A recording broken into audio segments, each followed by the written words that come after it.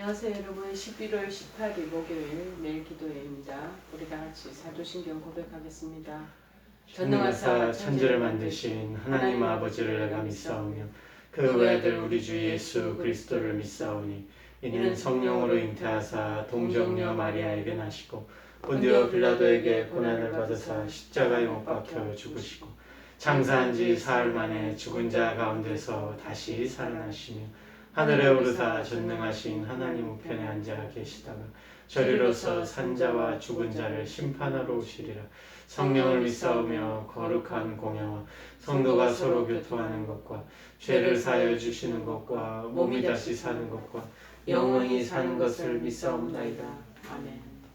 오늘 하나님께서 저희들에게 주시는 말씀 구약성경 호세아서 6장 6절 말씀 보시겠습니다.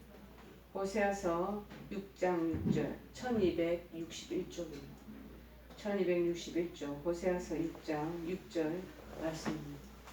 다 찾으신 줄 알고 제가 봉독하겠습니다. 나는 인애를 원하고 제사를 원하지 아니하며 번제보다 하나님을 아는 것을 원하노라. 아멘. 하나님께서 성도에게 원하시는 것, 하나님께서 성도에게 원하시는 것. 자, 대부분의 우리 사람들은요, 특히 어리석게 인생을 살아온 사람들은 하나님께서 원하시는 것이 무엇인가를 모르는 분들이에요. 또 알려고도 하지 않고. 더군다나 하나님께서 원하시고 또 하나님께서 기뻐하시는 것에 대해서는 이런 정말 요새 젊은 사람들의 말로 일도 관심도 없고 심지어는 하나님이 없다라고 하는 사람들도 거의 대반사입니다. 시편 41편, 14편 1절에도 그렇게 말합니다.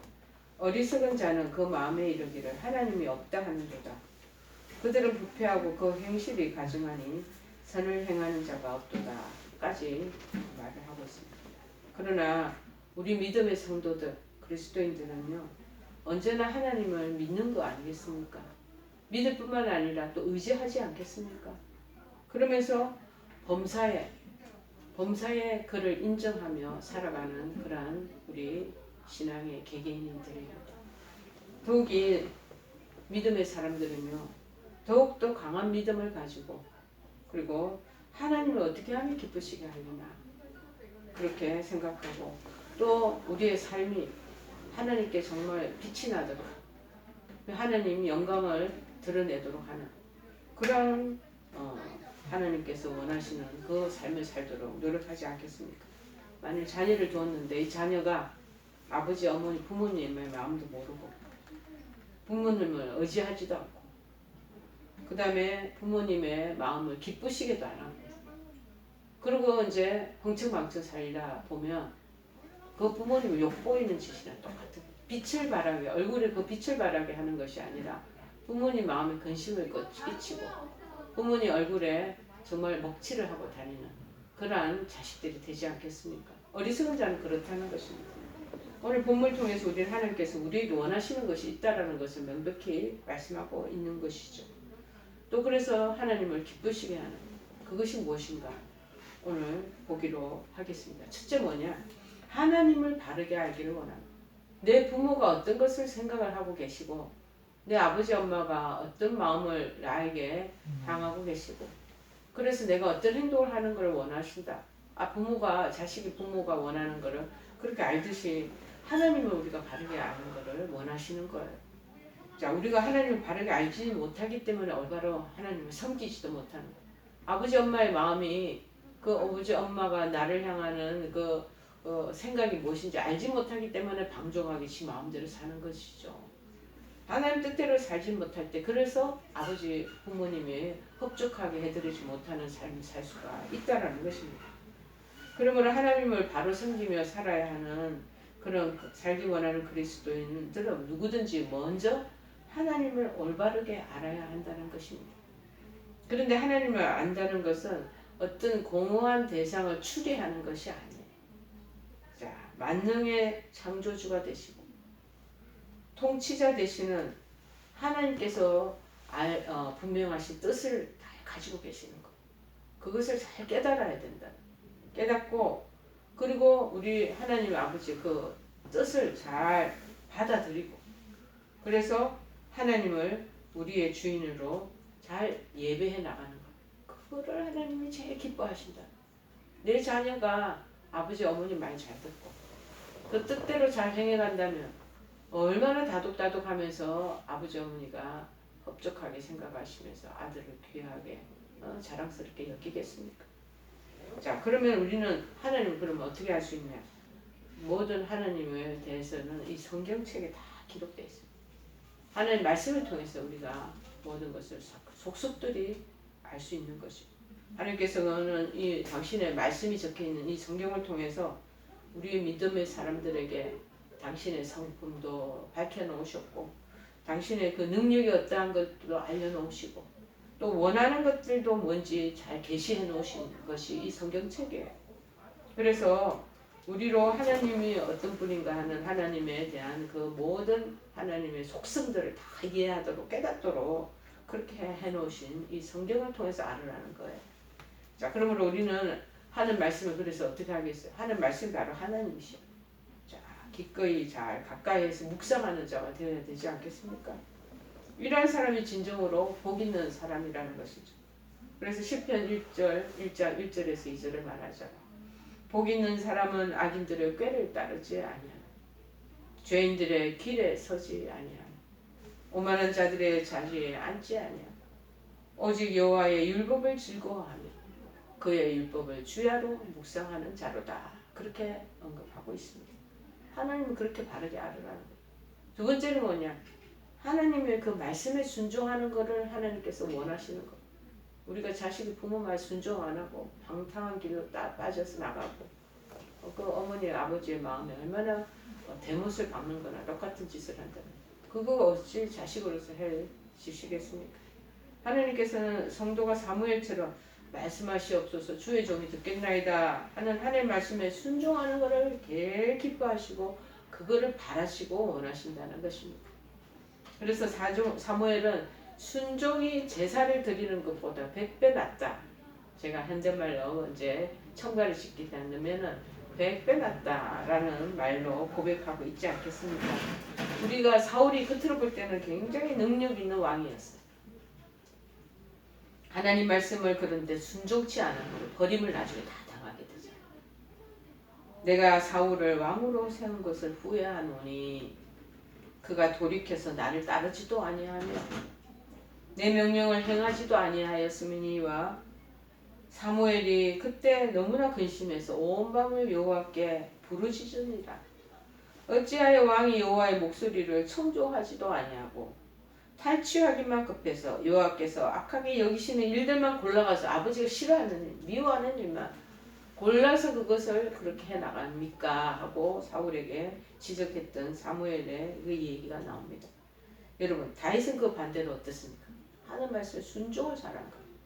순종함으로 하나님의 마음에 합한 사람이 되었노라 라고 얘기하고 있지 않겠습니까? 사도행전 13장 22절에 말합니다. 다윗을 왕으로 세우시고 증언하여 이르시되 내가 이새의 아들 다윗을 만나니 내 마음에 맞는 사람이라 내 뜻을 다 이루리라 하시니라. 그렇게 말합니다. 자녀들 중에도 여러 명 옛날 5-6명은 그렇게 자식들을 옛날 분들은 많이 낳지 않았습니까? 그 5-6명이 다 아버지 말에 잘 순복하면 얼마나 좋겠습니까? 그런데 그 중에서 1-2명밖에 그렇게 부모 말을 따르지 잘 따르고 그 말하는 것에 그들 이행을 잘하고 그러면 그것만으로도 그 아버지 어머니가 그 나머지 3-4명이 말 안 들어도 마음에 큰 위로를 갖게 되는 것입니다. 여러분, 하나님께 습관적으로 형식적으로 희생제물을 자꾸 드려봤자 마음과 생각이 하나님을 멀리 떠나 있는 그런 사람들 이스라엘을 계속 하나님 책망하십니다. 마음이 두 갈래로 나눠지는 거예요. 여러분, 우리 인간은 세상과 하나님을 짝하며 섬길 수가 없습니다. 하나님을 따르며 세상을 버려야 될 상황도 있습니다. 또 세상의 재물을 쫓다 보면 하나님이 자연적으로 멀어지게 돼 있어요. 다 두 가지를 다 병행할 수가 없는 것이 우리 인간의 본성이라는 것이죠. 그래서 하나님 따르지 않고 자기 좋은 욕정을 따르고 자기가 원하는 쾌락과 방탕을 따라가는 이스라엘을 책망하지 않겠습니까? 제사를 바라는 것이 아니라 하나님 음성을 듣기를, 그리고 그 음성을 듣고 행하기를 원하신다고 얘기하고 있습니다. 에레미야서 7장 23절에 이렇게 기록하고 있죠. 오직 내가 이것을 그들에게 명령하여 이르기를 너희는 내 목소리를 들으라. 그리하여 나는 너의 하나님이 되겠고 너희는 내 백성이 되리라. 이 들으라는 말은 그냥 알고 깨닫고 이해하는 것이 아니라 그 말씀을 듣고 그대로 그 행동으로 이행하는 것. 그래서 그것을 들으라라고 얘기했다고 어저께 말씀에도 제가 전한 적이 있습니다. 여러분, 내 백성이 되리라. 너희는 내가 명령한 모든 길로 그리하라. 걸어가라. 그리하면 복을 받으리라 하였으나 그렇게 말씀하고 있습니다. 그런데 여러분 어떻습니까? 얼마나 하나님 말씀을 듣기 위해서 노력하고 있는 것인지, 그리고 매일매일 생활 가운데 얼마나 하나님 말씀에 순종하며 살고 계시는지. 말씀에 대한 순종이 없는 삶은 무능력한 삶이요 결국 실패하는 삶이 될 수밖에 없다는 것입니다. 따라서 순종하지 않는 사람은 어떻겠습니까? 결코 하나님께 영광을 돌릴 수가 없는 사람이 되어버리는 것입니다. 그러나 말씀에 순종하고 그 말씀을 잘 준행하며 따라가고 살아갈 때 우리는 하나님 승리할 수 있는 길을 열어주신다고 약속하고 있습니다. 그리고 마침내는 그것이 하나님의 얼굴에 빛을 발하게 하는, 영광을 드러내게 하는 것이 된다라는 것입니다. 왜냐하면 하나님 말씀은요, 인생길을 승리의 삶으로 이끌어 나가는 내비게이션 하도록 하죠. 빛이라 등불이 된다라고 말합니다. 시편 119편 105절에. 그래서 주의 말씀은 내 발의 등이요 내 길의 빛이니이다, 그렇게 언급하고 있지 않겠습니까? 또 하나님은 무엇을 원하시냐? 우리 믿음의 사람은 하나님을 사랑하기를 원하신다. 성경은 하나님은 사랑이시라 그러고 요한 1서 4장 8절 16절에 언급하고 있지 않겠습니까?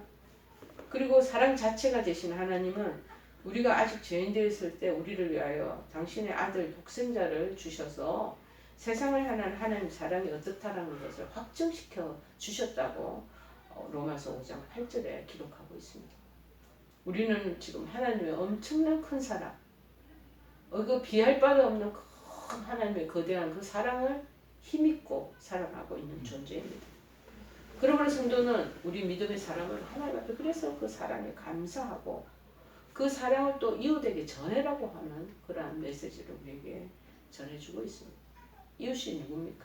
우리 가족 중에 믿지 않는 자, 우리 일가 친척 중에 믿지 않는 사람, 내 친구나 지인 속에서 이웃에게 그렇게 소속되어 있는 사람들에게 자꾸 전해라는 거예요.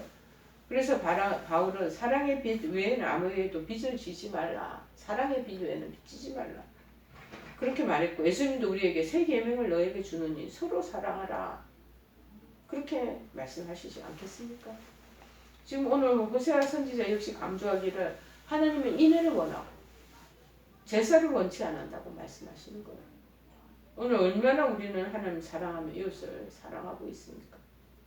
성경은 성도가 서로 세상 속에서 서로 사랑할 때 모든 사람들이 너희가 예수님 내 제자가인 줄 알게 된다고 얘기하고 계시는 거죠. 요한복음 13장 35절 36절에 말, 너희가 서로 사랑하면 이로써 모든 사람이 너희가 내 제자인 줄 알리라. 그 반대로 한번 해볼까요?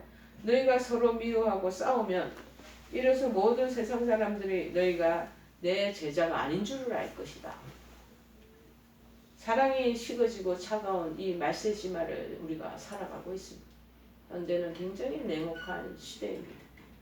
자, 그런데 이 세상에 그리스도 사랑을 자꾸 나타내고 드러내고 빛을 발하면 하나님께 그 얼굴에 빛이 다 영광이 돌려지지 않겠습니까? 우리 그렇게 살기를 원하신다는 거예요. 여러분, 우리가 하나님께 영광 돌리는 신앙을 가지고 세상을 이기며 살아가기 위해서는 언제나 하나님께서 무엇을 원하시는 걸 바로 알아요. 그거 알고 그대로 지켜 행하면 돼요. 그렇게 살아가면 되는 것입니다. 하나님께서 우리가 하나님 바로 하는 걸 원하세요. 바로 알고 그리고 순종하는 걸 원하고, 그리고 하나님과 이웃에게 사랑을 실천하는 자가 되기를 원하신다는 거예요. 단지 이 세 가지가 딱 중요 포인트. 하나님 우리에게 원하는 것 그거 하나 세 개뿐이에요. 여러분, 이것을 알았으니 우리도 이제 우리의 마음을 돌이켜서 하나님을 기뻐하시고 하나님을 원하시는 그 마음에 흡족함을 드리는 그러한 저와 여러분 되기를 간절히 축원합니다.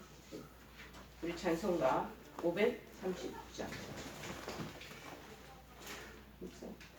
너 예수께 조용히 나가 내 모든 짐 내려놓고 주 십자가 사랑을 믿어 제사함을 너 받으라. 주 예수께 조용히 나가 내 마음을 쏟아놓으라. 늘 은밀히 보시는 주님 그 은혜를 베푸시리. 주 예수의 은혜를 입어 내 슬픔이 없어지리. 내 이웃을 늘 사랑하여 너 받은 것 거저 주라. 주 예수께 조용히 나가 내 마음을 쏟아놓으라. 늘 은밀히 보시는 주님 그 은혜를 베푸시리. 우리 다 같이 주기도문으로 기도에 마치겠습니다. 하늘 계신 우리 아버지여, 이름이 거룩히 여김을 받으시오며 나라의 없이며 뜻이 하늘에서 이룬 것 같이 땅에서도 이루어지이다. 오늘날 우리에게 일용할 양식을 주옵시고 우리가 우리에게 죄 지은 자를 사하여 준 것 같이 우리의 죄를 사하여 주옵시고 우리를 시험에 들게 하지 마옵시고 다만 악에서 구하옵소서. 대개 나라와 권세와 영광이 아버지께 영원히 있사옵나이다. 아멘.